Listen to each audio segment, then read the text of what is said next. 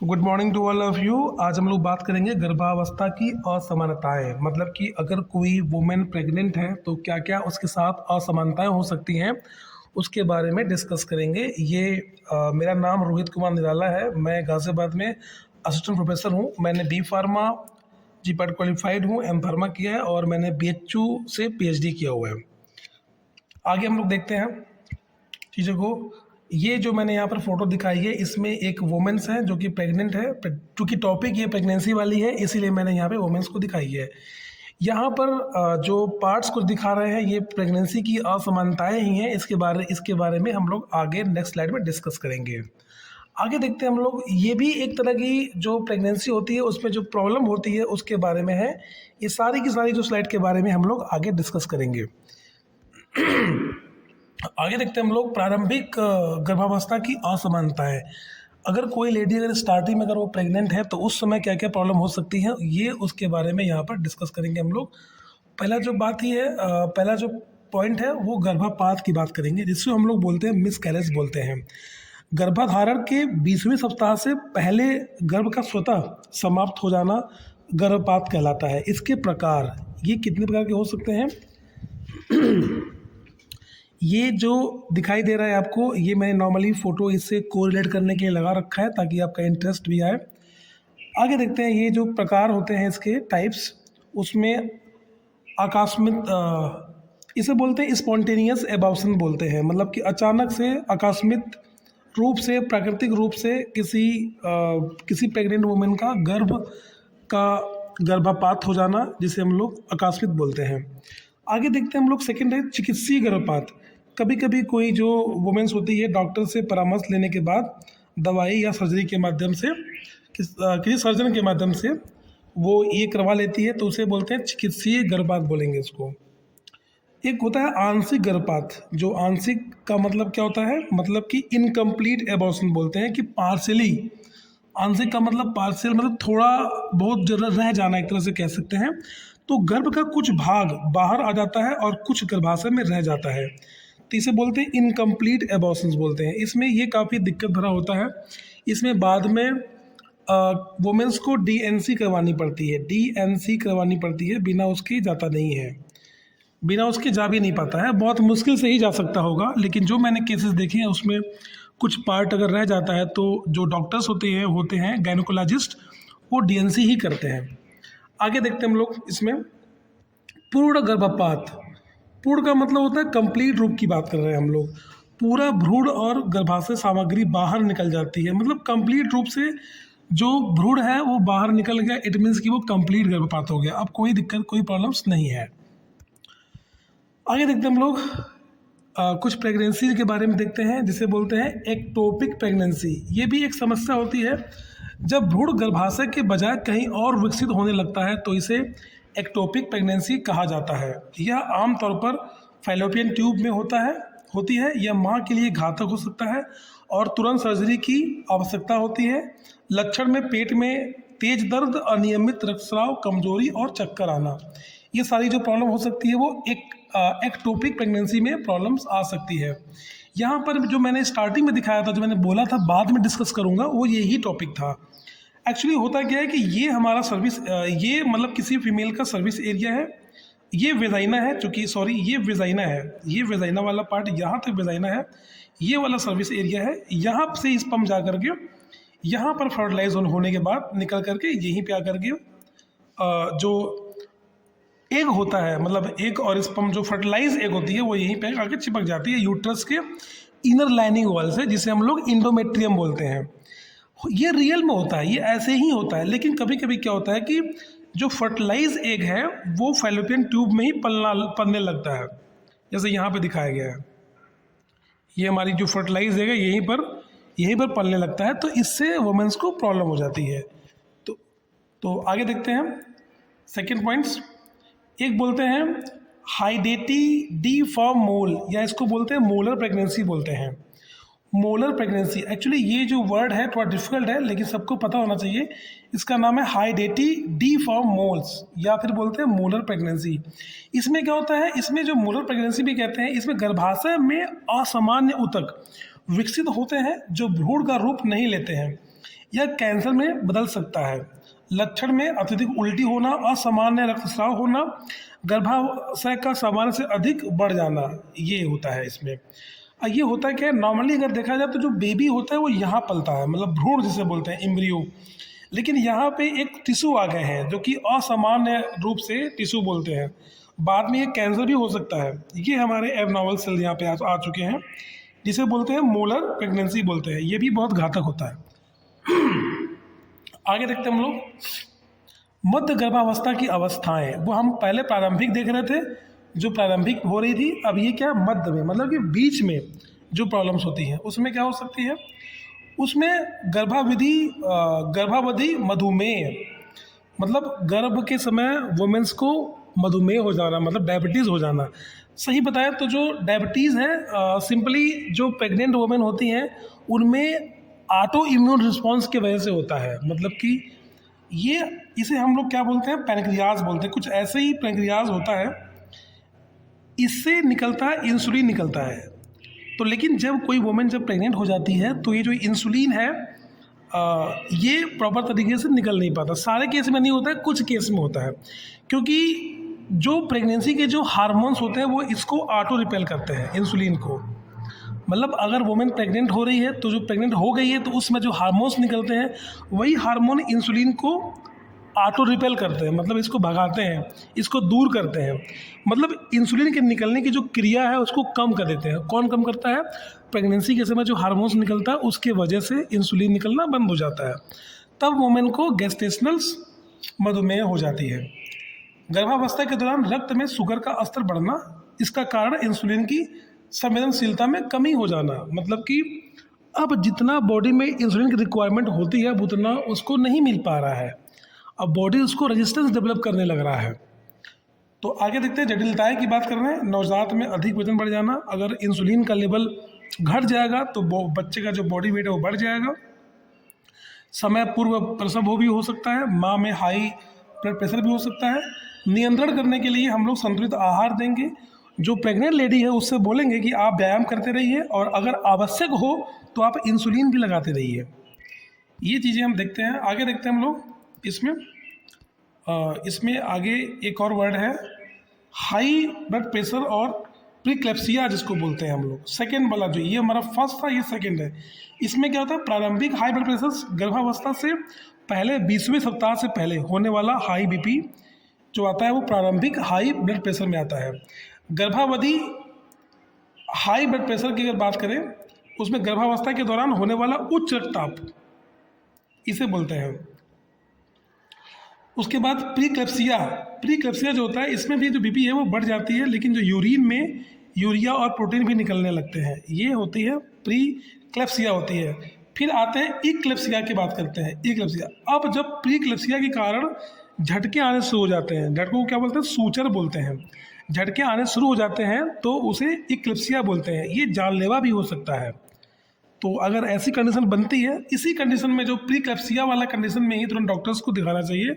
और उससे पहले जो प्रारंभिक हाई ब्लड प्रेशर है, उसके बाद गर्भावधि हाई ब्लड प्रेशर है, इसी में डॉक्टर के पास जा करके अपना चेकअप करवाना चाहिए तुरंत। आगे बात करते हैं हम लोग। थर्ड जो पॉइंट है उसका नाम है गर्भ शिशु का विकास का रुक जाना।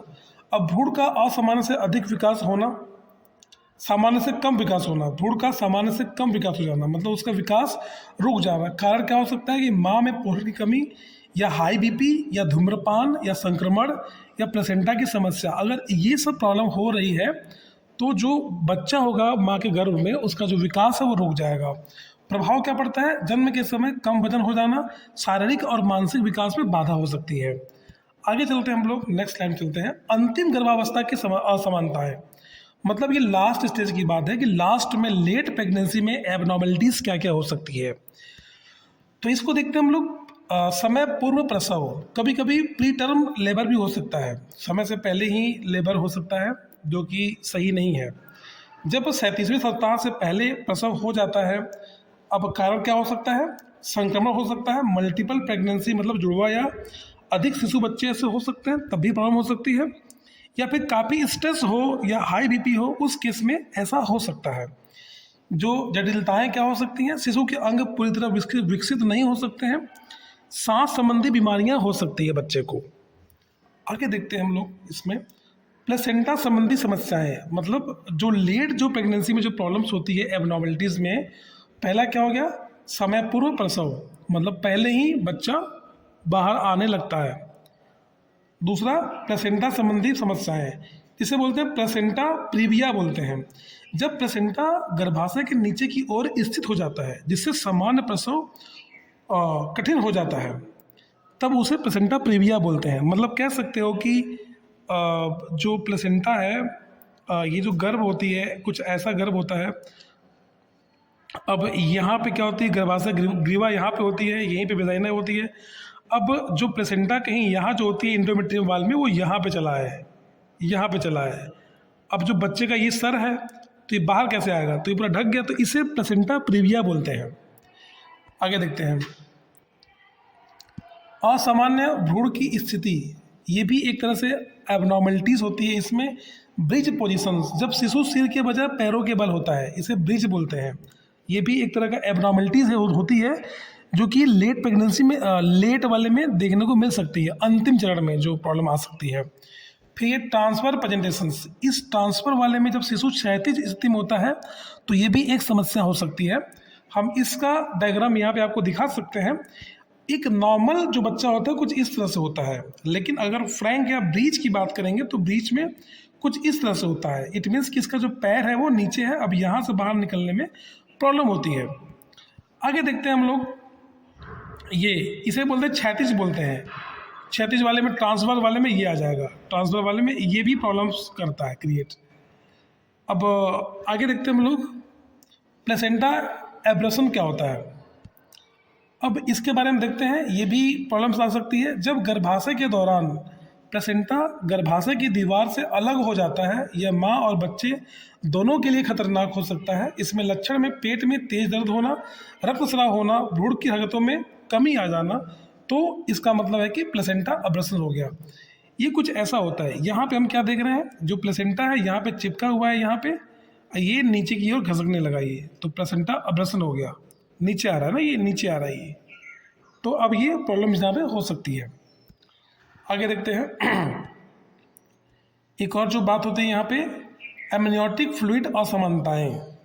इसमें पहला क्या है, पॉलीहाइड्रामिनस बोलते हैं इसको। जब एमनियोटिक द्रव्य सामान्य से अधिक हो जाता है, कारण मधुमेह की वजह से, जुड़वा गर्भावस्था की वजह से, भ्रूण में गले या पाचन तंत्र की समस्या होने की वजह से जो एमनियोटिक द्रव्य है वो सामान्य से अधिक हो जाता है। जैसे यहाँ देखते हैं, यहाँ ये क्या है, ये हमारा फीटस है, बच्चा है, ये हमारा द्रव्य है, ज़्यादा हो गया है, यहाँ पे एमनियोटिक फ्लूइड ज़्यादा हो गया है, तो इसे क्या बोलते हैं, पॉलीहाइड्रामिनोस बोलते हैं, पॉलीहाइड्रामिनोस को बोलते हैं। आगे देखते हैं हम लोग इसमें ओलिगोहाइड्रामिनोस क्या होता है। ये भी एक तरह का असमानता है जो लेट में दिखता है हमें। तो ओलिगोहाइड्रामिनस में क्या होता है, जब एमनियोटिक द्रव्य सामान्य से कम हो जाता है, कारण उच्च रक्तचाप, प्लेसेंटा की खराबी, शिशु के गुर्दों की समस्या, इस तरह की जो प्रॉब्लम जब होती है तो इसे हम लोग क्या बोलते हैं, ओलिगोहाइड्रामिनस बोलते हैं। ये मैंने ये दिखा रखा है, ये हमारा क्या है, ओलिगोहाइड्रामिनस है। इसमें जो फ्लूइड है, इसमें जो फ्लूइड है वो कम हो जाती है। आगे देखते हैं हम लोग नेक्स्ट, प्रसव के दौरान होने वाली असामान्यताएं। अगर लेबर पेन लास्ट में, सब ये लास्ट के, ये सारे जो मैं पढ़ा रहा हूँ अभी आपको, सब लास्ट की बातें हैं, अंतिम चरण में क्या क्या हो सकती है। तो प्रसव में रुकावट, जब बच्चा सामान्य रूप से बाहर नहीं आता, कारण क्या हो सकता है, सक्रिय श्रोणि या फिर भ्रूण का गलत पोजीशंस या फिर जुड़वा गर्भावस्था। तो इस तरह की जो प्रॉब्लम्स होती है तो बच्चा बाहर नहीं आ पाता अच्छे से, प्रॉब्लम बहुत ज़्यादा हो जाती है। तो उस केस में समाधान क्या होता है, सिजेरियन डिलीवरी करते हैं, ऑपरेशन करनी पड़ जाती है। अब इसमें मैंने यही दिखाया है आपको, ये नॉर्मल्स है, ये पहला वाला था पोस्टर्स, ये नॉर्मल है, ये हमारा ब्रीच पोजीशंस है। अगर इस तरह की अगर प्रॉब्लम्स आती है तब भी प्रॉब्लम्स हो जाती है। आगे देखते हैं, ये जो मैंने दिखाया यहाँ पे, अगर जुड़वा बच्चे होंगे, मतलब यहाँ पर जो मैंने ऊपर लिखा हुआ है, हम ध्यान से देखेंगे, ये मैंने यहाँ लिखा हुआ है भ्रूण का गलत पोजीशन, तो ये दिखाया हमने भ्रूण का गलत पोजीशन। दूसरा है सक्रिय ये जुड़वा गर्भावस्था, तो ये दिखाया है जुड़वा गर्भावस्था में दिखाया है। अब उसके बाद में दिखाया है अगर श्रोणि सक्रिय हो, जैसे कि ये वाइड में है, चौड़ा है, तो इससे निकलने में आसानी होती है। ये सक्रिय है तो इससे निकलने में प्रॉब्लम होती है। तो श्रोणि का सक्रिय होना भी जब बच्चा जब पैदा होता है तब प्रॉब्लम कर सकता है। तो ये सारी जो बातें थी हमारी गर्भावस्था से बातें थी। अब हम लोग बात करते हैं क्वेश्चंस और आंसर्स की बात करते हैं, इसको भी हम लोग यहाँ पे इंक्लूड कर देते हैं। जैसे कि गर्भावस्था की सबसे सामान्य असामान्यता कौन सी हो सकती है, तो इसमें ये बहुत इजी है, आराम से गर्भपात बोल सकते हैं इसमें। फिर आगे चलते देखते हैं कि एक्टोपिक प्रेगनेंसी सबसे अधिक किस अंग में होती है। तो ये सबको पता है कि जो होती है जो जब शिशु बाहर पलता है, जो गर्भ से बाहर कहाँ फैलोपियन ट्यूब में अगर पलता है तो उसे हम लोग एक्टोपिक बोलते हैं। आगे देखते हैं हम लोग यहाँ पे प्रीक्लेप्सिया किसके कारण होता है। तो प्रीक्लेप्सिया का जो कारण है वो हाई ब्लड प्रेशर और प्रोटीन यूरिया की वजह से ये होती है। आगे देखते हैं हम लोग फोर्थ क्वेश्चन में, जब भ्रूण गर्भाशय में पूरी तरह विकसित होने से पहले नष्ट हो जाता है तो उसे क्या कहते हैं। अब इस केस में हम लोग उसको गर्भपात बोलते हैं, जिसे बोलते हैं मिसकैरेज बोलते हैं। आगे देखते हैं निम्न में से कौन सा गर्भपात का कारण नहीं है। अब यहाँ पे एक बात देखते हैं हम लोग, संक्रमण, गर्भाशय की असामान्यताएं, नियमित व्यायाम, हार्मोनल असंतुलन। ये क्या बोल रहा है कि निम्न में से कौन सा गर्भपात का कारण नहीं है। अब कारण क्या नहीं है, नियमित व्यायाम। भाई व्यायाम तो अच्छी बात होती है, तो ये कारण कैसे हो सकता है। आगे देखो, एक्टोपिक प्रेगनेंसी में भ्रूण कहाँ प्रत्यारोपित होता है। नॉर्मली जो भ्रूण होता है वो इंडोमेट्रियम वाल से चिपकता है यूट्रस में, लेकिन इसमें जो फैलोपियन ट्यूब है तो वहाँ पे होता है, मतलब कि गर्भाशय से बाहर। ठीक है, तो ये क्या है, गर्भाशय से बाहर का ऑप्शन टिक करेंगे।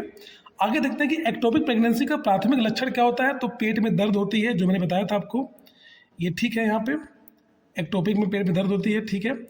आगे देखते हैं कि प्रीक्लेप्सिया किस तिमाही में सबसे अधिक देखा जाता है।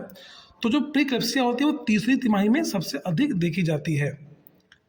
आगे देखते हैं इक्लेप्सिया क्या होता है। तो जब प्रीक्लेप्सिया के बाद की जो स्थिति होती है, जब झटके आने शुरू होते हैं, तो वही हमारा इक्लेप्सिया होता है ना। तो ये प्रीक्लेप्सिया दौरे पड़ने वाला जो नौबत है, ये वाली नौबत, इसे बोलते हैं इक्लेप्सिया बोलते हैं। देखिए एनएम सिस्टर, आप हमसे जुड़िए, हमारी क्लासेस को ज्वाइन करिए, डेली क्लास करिए, आप लोगों को बहुत ही अच्छा माहौल मिलेगा, बहुत ही अच्छा लगेगा आप लोगों को। ये तो मैं बहुत ही फास्टली डिस्कस कर रहा हूँ क्योंकि टाइम थोड़ा सा कम है, और जो वीडियो बहुत लंबी होती जा रही है, बहुत लंबी होती जा रही है, इसीलिए मैं इसे शॉर्ट करने के लिए फटाफट डिस्कस कर रहा हूँ। आगे देखते हैं हम लोग, जब प्लेसेंटा गर्भाशय के निचले भाग को ढक लेता है तो इसे क्या कहते हैं। कहने की बात ही नहीं है, इसे बोलते हैं प्लेसेंटा प्रीविया बोलते हैं। तो ये तो आपने पढ़ा ही था। आगे देखते हैं हम लोग नीचे क्लाइन में, प्लेसेंटा एबॉर्शन में क्या होता है। जब प्लेसेंटा नीचे की ओर आने लगता है, जब गर्भाशय से अलग हो जाता है, तो ये जब प्लेसेंटा गर्भाशय से समय से पहले अलग हो जाता है। तो ये सब जो मैंने पढ़ाया है, उसके बाद जो क्वेश्चंस हैं आप सबको सॉल्व कर लेंगे, कोई दिक्कत आपको नहीं आने वाली है। जब गर्भ में अमनियोटिक द्रव्य सामान्य से अधिक हो जाता है तो इसे क्या कहते हैं। इसे पॉलीहाइड्रामिनस कहते हैं, ये मैंने आपको बताया था आपको। आगे देखते हैं हम लोग, निम्न में से कौन सा ओलिगोहाइड्रामिनस का कारण होता है। तो इसमें क्या होता है कि चीज़ें आपको बताई गई थी कि अगर हाई ब्लड प्रेशर है तो वो भी एक तरह से इसका कारण हो सकता है। जब प्रसव 37वें सप्ताह से पहले हो जाता है तो इसे क्या कहते हैं। इसे हम लोग क्या कहते हैं, समय पूर्व प्रसव कहते हैं। इसमें कोई ऑप्शन, मतलब ये तो सिंपल सी बात है कि प्री मेच्योर लेबर ही बोलेंगे इसको, प्री टर्म लेबर बोलेंगे इसको, कि पहले ही वो हो गया। आगे देखते हैं हम लोग, इसमें समय पूर्व प्रसव का सबसे सामान्य कारण क्या हो सकता है। अब भाई संक्रमण या फिर हाई ब्लड प्रेशर अगर होगा किसी माताओं बहन को तो वो समय पूर्ण ही हो जाएगा। आगे देखते हैं हम लोग। थैंक यू वेरी मच, आज के लिए इतना काफ़ी है और इतना ही कंटेंट था मेरे पास। जो मैंने आंसर्स को क्वेश्चंस को डिस्कस किया और आंसर को डिस्कस किया, ये मैंने बहुत फास्टली कर दिया। मैं अपने क्लास में इसको 1 घंटे में डिस्कस करता हूँ। जो चारों जो क्लासेस होती हैं, चारों जो ऑप्शंस होते हैं, मैं उस पर पूरा फोकस कर रहा हूँ, उसके बाद मैं डिस्कस करता हूँ। तो अभी वीडियो बहुत ज़्यादा बड़ा हो रहा था, इसके चक्कर में मैंने बहुत फास्टली डिस्कस कर दिया।